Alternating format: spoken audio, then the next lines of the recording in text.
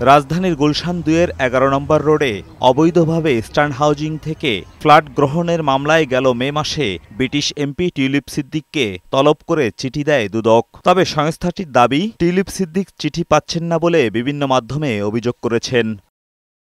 এমন প্রেক্ষাপটে রাজধানী ঢাকায় টিউলিপের ৫টি ঠিকানায় ২২ জন তলব করে চিঠি দিয়েছে দুদক।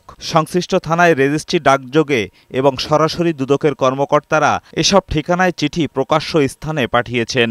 যেহেতু এর আগে অনেকবারই বিভিন্ন মাধ্যম থেকে আমরা জেনেছি যে তিনি এই চিঠিগুলো পাচ্ছেন না, সেই কারণে যে কয়টি ঠিকানা বাংলাদেশে রয়েছে বর্তমান এবং স্থায়ী ঠিকানা, সেই ঠিকানাগুলোতেই পত্র প্রেরণ করা হয়েছে। এদিকে বিএনপির সাবেক অর্থমন্ত্রী সাইফুর রহমানের ছেলে নাসের রহমানের বিরুদ্ধে অবৈধ সম্পদ অর্জনের অভিযোগে অনুসন্ধান শুরু করেছে দুদক। অভিযোগ যদি ৮০ বা তদূর্ধ্ব মার্কস পেয়ে থাকে তাহলে সেটা অনুসন্ধানের জন্য বিবেচিত হয়ে থাকে এবং যাচাই বাছাই কমিটির সুপারিশ ক্রমে কমিশনের অনুমোদনের প্রেক্ষিতে অনুসন্ধানের কাজ শুরু করা হয়েছে। দুদকের চিঠিতে নাসের রহমানের সম্পদ জব্দ ও অবরুদ্ধকৃত ব্যাংক অ্যাকাউন্টের তথ্যেরও খোঁজ নিতে বলা হয়েছে।